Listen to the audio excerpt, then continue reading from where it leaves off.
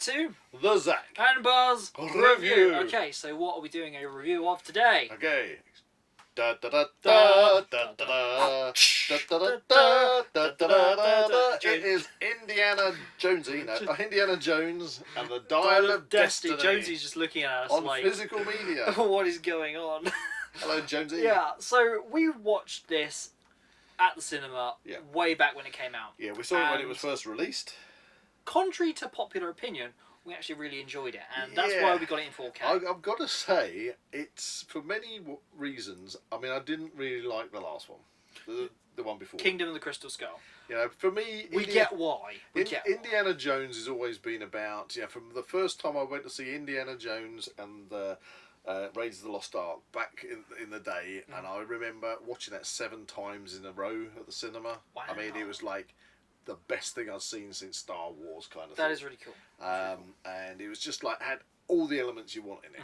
The adventure, the rolling ball traps, and just everything was just splendid. It was the definitive action movie, action adventure. Treasure hunter archaeology movie. We still don't really talk about the U-boat bit. How we managed the submarine controversy. Yeah, so, anyway, forget about that.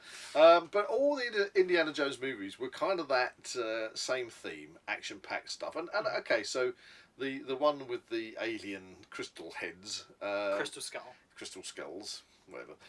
That was kind of it had the same themes in it, but it's because it was aliens. It also felt almost in a way that it was trying a bit too hard to kind of outdo its predecessors. Yeah, there was there was a few factors in that, but obviously seemed a lot this one brought traditional. This one brought it back to where Indiana Jones should be. Again, I don't know why people rap this movie particularly, because firstly, I've got to say I felt the initial sequence of the movie, which is seeing Indiana Jones back end of World War II, and they've done the CGI, the face mapping, and made Harrison Ford. Yeah, it's so good. I remember when that first cropped up in Rogue One and things, where it was just a quick shot of Princess Leia. Yeah, that didn't look.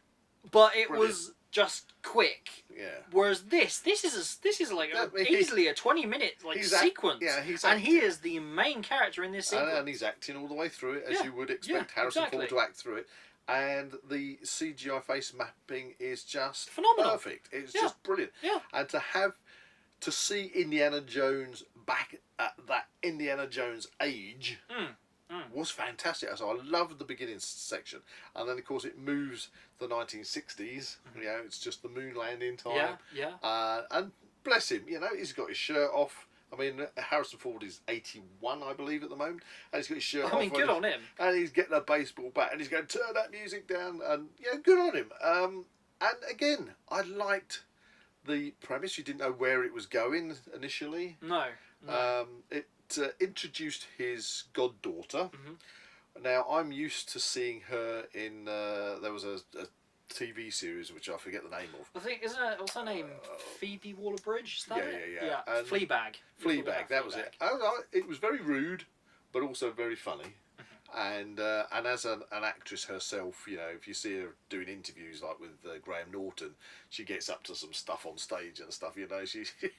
She's a funny lady, and she's written a lot of stuff, hasn't she? Yeah, I think she had something to do with the latest James Bond movie, No Time to Die. Yeah, well, we'll forget about that one. Just go watch the review. But anyway, so.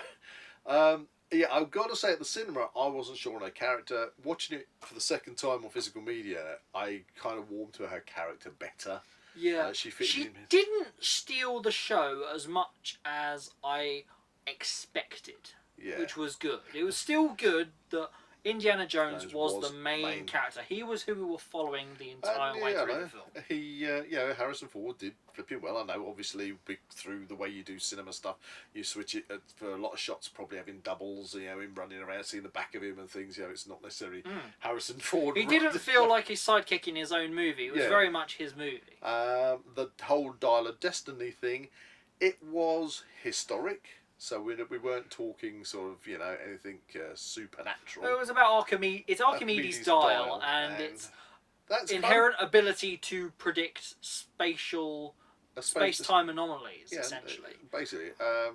And obviously, it's Indiana Jones, so it does have the big twist that every one of these things leads to the same place. It leads to the Romans attacking Archimedes, and where he's in Greece. Where he is in Greece. It played on a lot of interesting historical things, you know, about things like the Archimedes death ray and things like this. These are all historical kind of things, and I liked it. And it kind of hints at them at the beginning of the movie when he's doing like a talk to like a school. Well, as he does in most movies. Yeah, well, exactly. Yeah. It's Indiana Jones. And then at the end, I never ever expected them to actually time travel in an Indiana Jones movie, but it was a very epic sequence, I felt. Yeah, and it was, can you say believable? I don't know. It kind of worked in this fantastic manner. It worked better, certainly, than a load of grey aliens taking a spaceship out of the Amazon jungle. These are actually multi-dimensional beings, to point of fact. Yeah, there you go. I actually thought it's not a bad movie, to be honest. I liked it. Obviously, okay. Although it did have a bit, I can't get my head behind the time travelling bit, because when they find Archimedes' tomb, the skeleton of Archimedes is wearing a watch that is obviously already... the Nazi guy was wearing. The Nazi guy was wearing. Now, then, after that, they use the dial to detect this anomaly. They fly a bomber through the anomaly and crash. And an interesting thing, because all the way through the film, they have these themes. Do you remember when they were actually in, I believe it was in Greece, there was a puppet show showing with a dragon. A dragon and a Roman soldier. And there was these themes that only to when you get the end and you realise that that's... It's like you see propellers on a phoenix on a tomb. Archimedes' tomb. And you suddenly realise, okay, so they've gone through this anomaly, and it points only to one place in time, which is back to where the battle is. And that's where Archimedes gets the watch. And obviously, and then Indiana Jones and everybody comes back through time, they end up back in modern day. So you kind of think, well, how does this work then? Because when they go to the tomb, the watch is already in the tomb on Archimedes' wrist, yet they haven't been back in time. To get it to that point. To get it to that point. It's kind of that... that starts giving you this kind of... It's the grandfather paradox. It's the paradox of how did that get there without having been able to be there yet? In the first instance. Yeah. It's like if you were digging in the garden and you found an old ruin, and that ruin dated back 400 years, and then you found an iPhone buried in it. And that has obviously been there for 400 years. Exactly. It's like, how could you go back in time to kill your grandfather? If your grandfather was killed, you then wouldn't be able to be born to go back in time to then kill him. It's that kind of paradox, but which is interesting. It kind of gets your head thinking. Gets you going, where's this work then? But then it lends itself to the title, obviously, the Dial of Destiny. So this was always going to happen. Yeah. And therefore, time is merely a sequence of events that are already predestined to unfold. Oh, interesting. Does that mean that whatever we do, we have no, control over what's happening in our lives? We're just playing out. We're playing out what's already predestined. So that although we are in our own movie. So we are in the now. Yeah. And whatever happens in the future is already preordained to happen. Ergo, doesn't matter what you do. There is no free will. There is just. You're just playing your story. Yeah. Think about it. Very deep, this.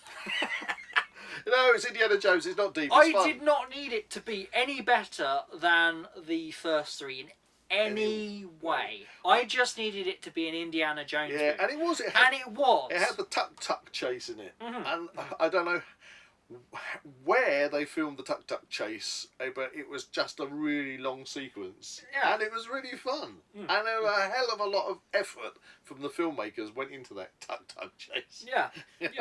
And they must have mullered, I don't know how many tuk-tuks actually filmed that. Oh, blimey, yeah. And if you don't know what a tuk-tuk is, watch the movie. Yeah, watch the movie. Yeah. And then, even that, it was full of emotional moments, especially for like other characters in the story. Yep. At the end, you obviously had Marion, and then their 'cause that was reconciliation. it. And again, Obviously, they had to overcome the death of obviously Mutt from the previous movie. Yes, Shia LaBeouf. Running through the woods from Shia LaBeouf.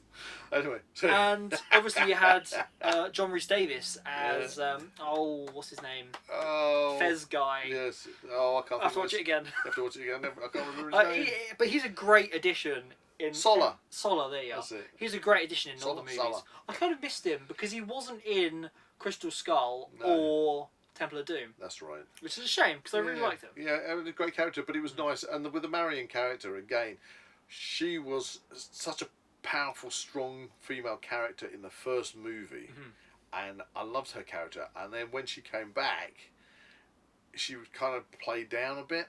What are you talking in Crystal Skull? In Crystal Skull, Yeah. and then just to see her at the end of this one was a real treat. And it was kind of ended things nicely. Yeah, and so I don't really think that they should be making an Indiana 6. Is it a 6? It would be Indiana Jones 6. I don't think they should really, because let's face it, he's 81. Unless they made an Indiana Jones movie where it's completely 100% CGI face mapped onto somebody else. But I think they've done their run. It's a solid run. It's a good run. It's a good ending. I'm going to say, again, here's our normal Zak and Buzz review 1 to 10 scale, of 1 being absolute pants and 10 being awesome. I'm going to put this in at a solid 8. Interesting, because when it comes to like rating movies and things like that, just because if I said that was a 10, then that doesn't mean that it's like the best movie ever. It just means it was a film I really enjoyed, and I would watch it again if I was stuck for something to watch. That's one of the ones in contention that I would possibly go watch. Yeah, well, I kind of go for the fact that if I really like a movie, whether that movie I would physically go and get it off the shelf to say, oh, I fancy watching this, or is it just a movie that if it happens to come on the TV, and I turn the TV on and it's on, I'll sit down and watch it.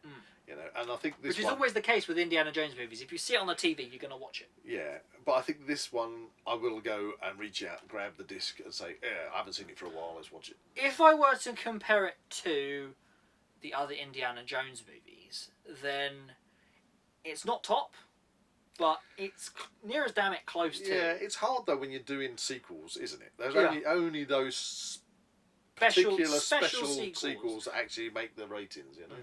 And this doesn't miss. Yeah, doesn't miss. I would probably go. I'm going to say 9 because I actually really enjoyed this. I would say that's a good the rating, original trilogy, straight 10s. Yeah. Crystal Skull, I'd probably go 7 to be honest. Well, it's by no means the best. I like Shia LaBeouf. But this is really enjoyable. I like him as an actor, so I've got nothing against him. But in the Crystal Skull one, it was just an annoying character. I felt for Crystal Skull, it was more of a case of the logic, that like the in-world logic behind it was a bit kind of, it just jumped the shark a little. It was a bit too far-fetched for my liking because. Did you say jumped the shark? Yeah. I like that. So if it like shied away and didn't fully explain things, because it pretty much said, "Oh, it's aliens," straight from the get-go, that just didn't resonate with me as much. Yeah. Whereas, like, the whole time travel element in this, what causes these ripples in time, we don't know. And he had a couple of nice references back to the other movies. Yeah. You know, you've never had to be tortured by voodoo. You never had to drink the blood of Kali. You know.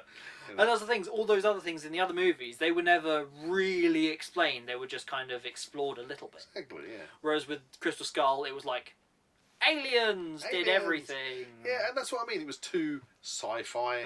For me, Indiana Jones should be about history and adventure. And which this delivered on.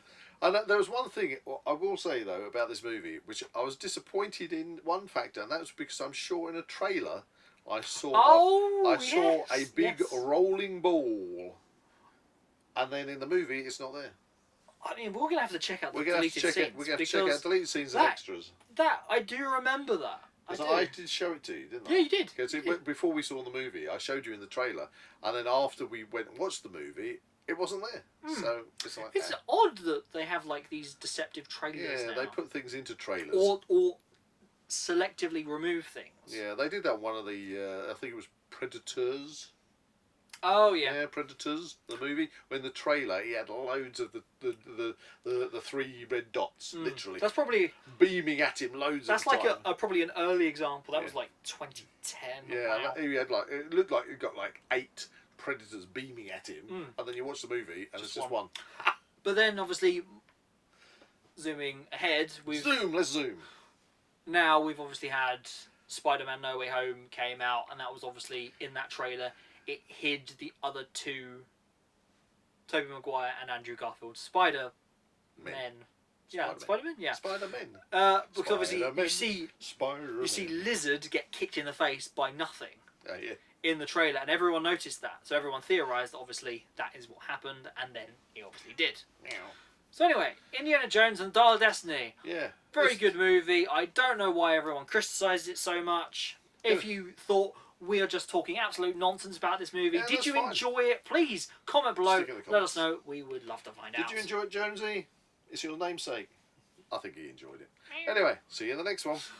If you enjoyed this review, please like and subscribe to the channel and comment below any suggestions of further reviews you'd like to see. Yay!